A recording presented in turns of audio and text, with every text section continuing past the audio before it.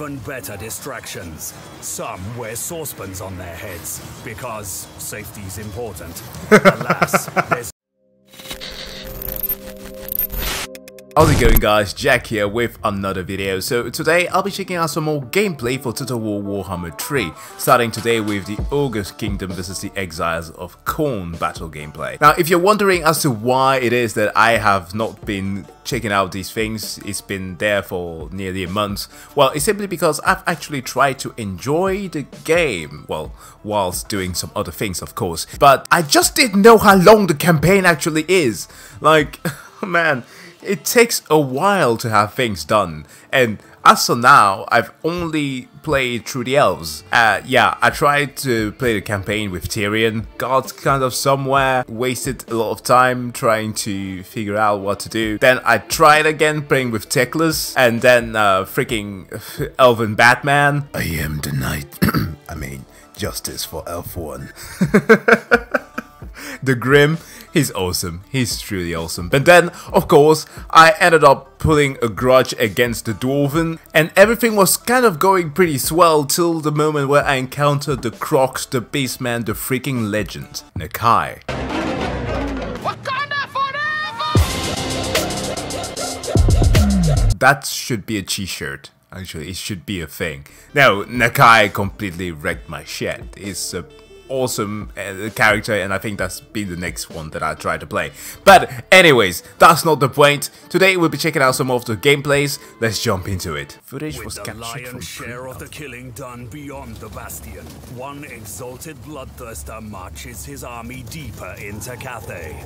As Khorne expands towards the mountains, traipsing across desert and past warpstone curiosities, they discover something ravenous. I hope that we get most powerful and brutal of Khorne's warriors, exalted bloodthirsters live only to end lives and harvest skulls.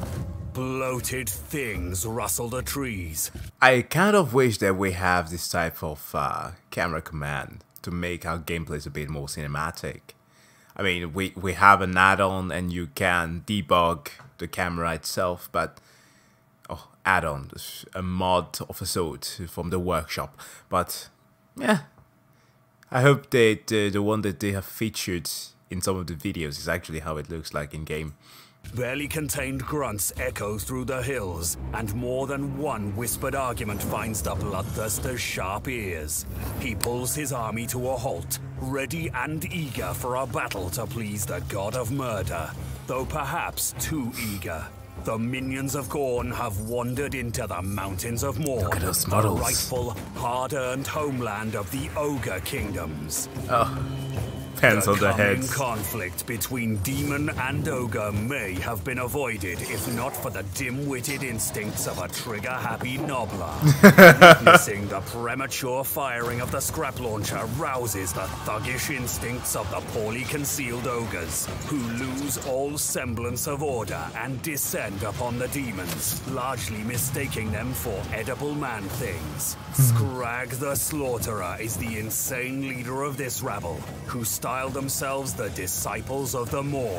He drags behind him a massive meat pot and is seldom far from a rabble of gorgers. His followers revere him as the legendary prophet of the Great Maw.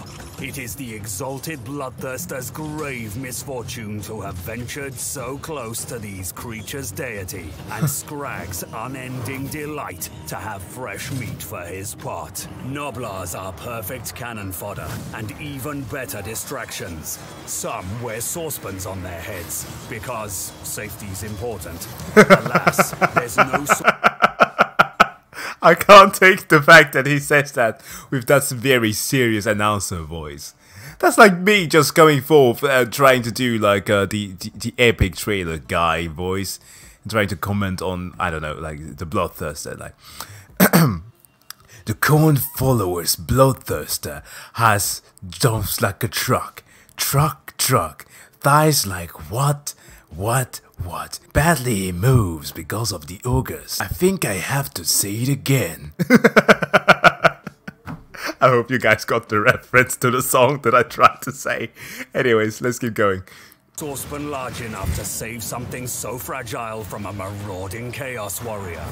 Noblars litter the ground and Khorne elates, but not for long. Ogre bulls charge into the fray, pinning the Chaos Warriors on both sides in a rare display of tactical brilliance. Giants. Scrag doesn't remember telling his forces to flank the enemy, and honestly, he's already forgotten it happened. He casts the Maw because he enjoys the sight of impaled flesh squirming on pointy rocks. On the outskirts of the battle, Mournfang cavalry have been biding their time, waiting for an opportune moment to strike. Yo, they're With the being exalted literally bloodthirster distracted by the demolished. giant, the cavalry set their sights on a flagging Blood Reaper and valiantly charge into battle, only for their prey to be snatched away by a Firebelly's flamestorm. More Khornate forces wade into the conflict. These twisted creatures are harborages of death, beings of pure hatred designed to do but one thing: wage total war. The battle is wage total war. Nice, nice. I'm looking forward to see if there are going to be some changes to Thorax though. I've encountered him once through one of my gameplays. Ouch. Souring for the more profit. Khornate swords sing with ogre death as the more disciplined of the two armies recovers from the shock of the initial attack. Driven back and on the defensive, Scrag has one last trick up his sleeve. He casts Troll Guts on himself, which does wonders for his own survivability but little to benefit his dwindling army. Scrag's true ace in the hole. A rampaging Stonehorn and a fresh wave of trusty Gorgers are more than enough to even the odds. Damn. For what Scrag the Slaughterer and his ogre kin lack in tactical prowess, they more than make up for in brute strength and raw power. Their home, as hardy and intimidating as they themselves, may prove to be quite the undertaking for the demons of chaos. Retreat. There is, after all, a reason Cathay and Kislev both venomously avoid venturing too deeply into the mountains of Morn. Damn. Okay. And we have the new model there, the Demon Prince, the one can play as. Yo, I heard that what's his name again? Scarbrand is a playable character. Looking forward to that, man. It's one of the few characters within the 40k lore that I know of that is also, of course, related to the fantasy world. But yeah, anyways, let us check out the second one. That will be Grand Cathay. For centuries, the Great Bastion has stood firm. Through sacrifice and stone-focused determination, the Celestial Dragon Emperor and his children have staved off corruption time and time again. In the northern provinces, Miao Ying, the Storm Dragon, contends with the ever-looming threat of invasion, and worse, traitors amongst her own subjects. Look at the maps, man. The Great Bastion cannot abide a fractured defender, so our first task is to consolidate Gunpowder Road. Some quick flanking puts us at an immediate advantage, and sandwiches the rebels between our cavalry and the bulk of our forces. Is it just me, or does the control seem a lot more intuitive this time around? You don't have to hold... well, perhaps you have to, but everything looks a lot smoother. Thanks to our skyjunk and superior ranged capabilities, the rebels are easily dispatched and subsequently executed. Wow. The defense effort has need. The only way through the bastion is 3 key gates. The diversity in Chaos assets invasions also. come, it's these locations that take the brunt of the attacks. We'll need to secure Snakegate and ensure our allies are strong enough to shoulder their own burdens. Chill! Look at this map! It's crazy! Just getting outside the freaking donut that the elves has took me forever. And how am I supposed to clear all that? Okay, I guess this is... Well, Total War 2 came out in what, 2017? So it survived for nearly 4 years. Sorry, that... what? 5? And now we have this. I guess they'll have to wait until 2030 to make another one. This looks amazing. But first, we'll be taking care of the rest of the rebels.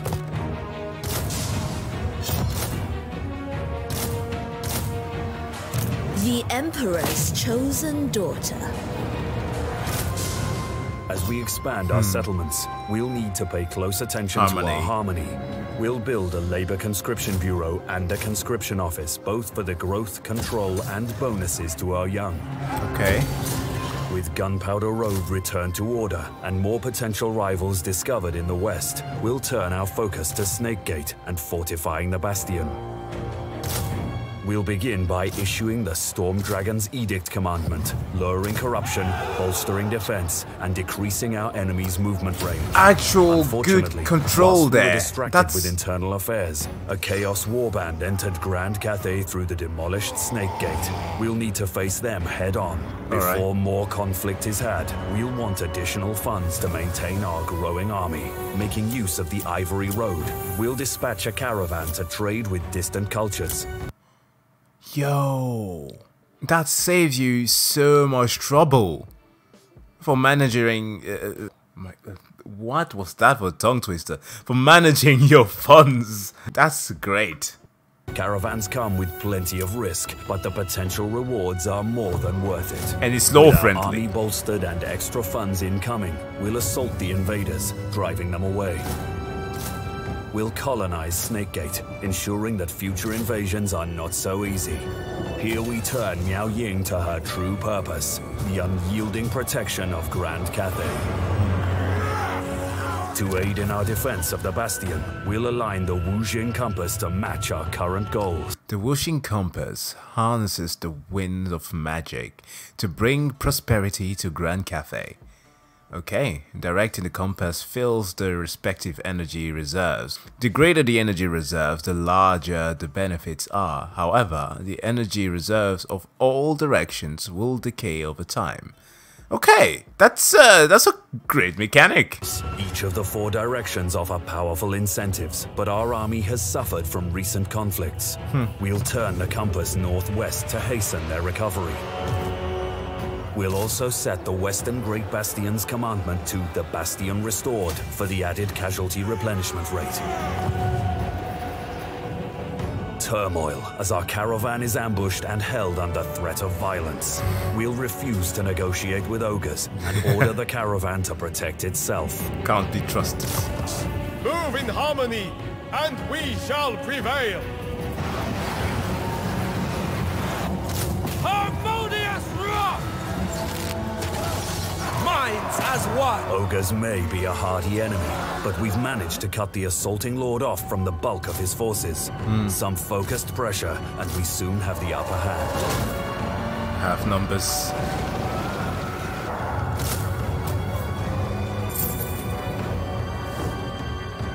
There remains an insidious enemy within the Bastion, one we weren't confident enough to confront until now.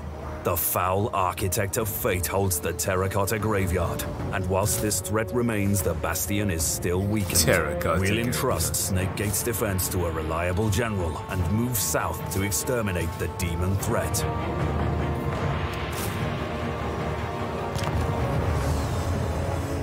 Master of Tempest. Yo. Look at that, the multi-level. Oh. On the settlement's bridge is where the majority of the fighting is to be had. We thwart attempts to flank us and soon overpower the demons with superior melee power. Oh, the strategies that you can make now. This is great. Minds as one, they will perish. The forces of chaos fight to the last, but are broken against the might of the Storm Dragon. To maintain the security of Grand Cathay, we'll need a strong relationship with the Imperial Wardens, so we broker a deal. In exchange for the newly liberated graveyard, we demand a military alliance. Our ambitions will see us take command of the entire bastion, but for now we'll lend our aid to Turtlegate with the construction of an outpost to bolster the gate's defenses. Something is brewing and... Stop. You can make outposts? That's a lot better than having to conquer everything now. Okay. The chaos wastes, all signs pointing towards an impending attack. We'll continue to monitor the situation and build our defenses in preparation. I will not tolerate sloth. The Celestial Loyalists are under attack from within. An army of Slanesh's demons summoned by decadent cultists. Their settlement is besieged, so we commit ourselves to our allies' defense. Wow. With poor ranged capabilities and no opportunity to flank, Slanesh's demons are forced to attempt a full frontal assault, to a disastrous outcome.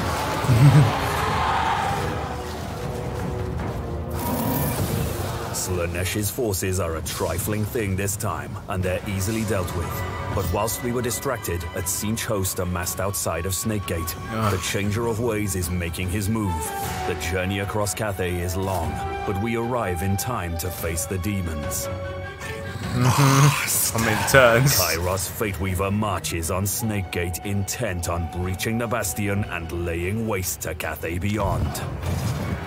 That freaking auto-resolve. Knock upon our gates, but these guests are not welcome!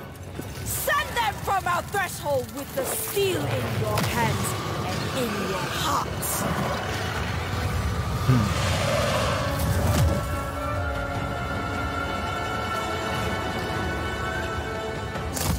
He didn't care when he said having control of the full bastion. My word. Those unit sizes. Whew. We arrange our defenses, focusing our ranged units on the walls and preparing our fallback points. Finally! Okay, look, I don't know, for some reason, whenever you got to play or siege anything in Total War 2, either it was like or an elven or a dwarven settlement, like just going within the base was so uninspiring, really. It was like, can't we just duke it out on the plain field or through some trees? Like, I appreciate the effort, but it just didn't feel tense enough. This one, like Total War Rome, I think has that. Yeah. I mean, they got some of the mechanics back. Well, at least in between the different games. That's our hope is to end the battle at the outer wall, but we're ready to fight in the streets if we must. For the Emperor! For the Emperor! Yeah, I haven't heard enough of that in some times. Chi and Chi's spells bombard our defenders relentlessly, extracting a terrible toll. But despite Kairos Fateweaver's magical prowess, he cannot stand against the might of the Storm Dragon. Oh, Cathay! Defenders of Cathay! The invasion is repelled. The Great Bastion still stands, and the northern province's continued survival is ensured. For now. But where we set our eyes northward, we failed to monitor the situation to the west. Whilst our back was turned, invaders from the mountains of Khorne annihilated the dissenter lords of Jin Shin. The dwindling taste of victory turns sour as Miao Ying realizes bitterly that her campaign to protect Cathay has only just begun. Yeah. Another time of micromanagement. Looking forward to that. Alright, guys. This has been it for the gameplay for both the Ogres and, well, mostly the Ogres. They were the ones who were featured the most there. The ones that were supported with the great dialogue. And, of course, that of Grand Cathay. Looking forward to more of this. And, of course, there is a trailer for the, and also, like, some something about character customization, but we'll be checking it out in the next video. With that said, thank you so much for checking out this video. You know what to do. Hit that like and or subscribe button if you liked it. Leave a comment in the comment section below if you want me to react to some other stuff. And as always, I wish you all to have a wonderful evening. See you guys in the next one. Bye.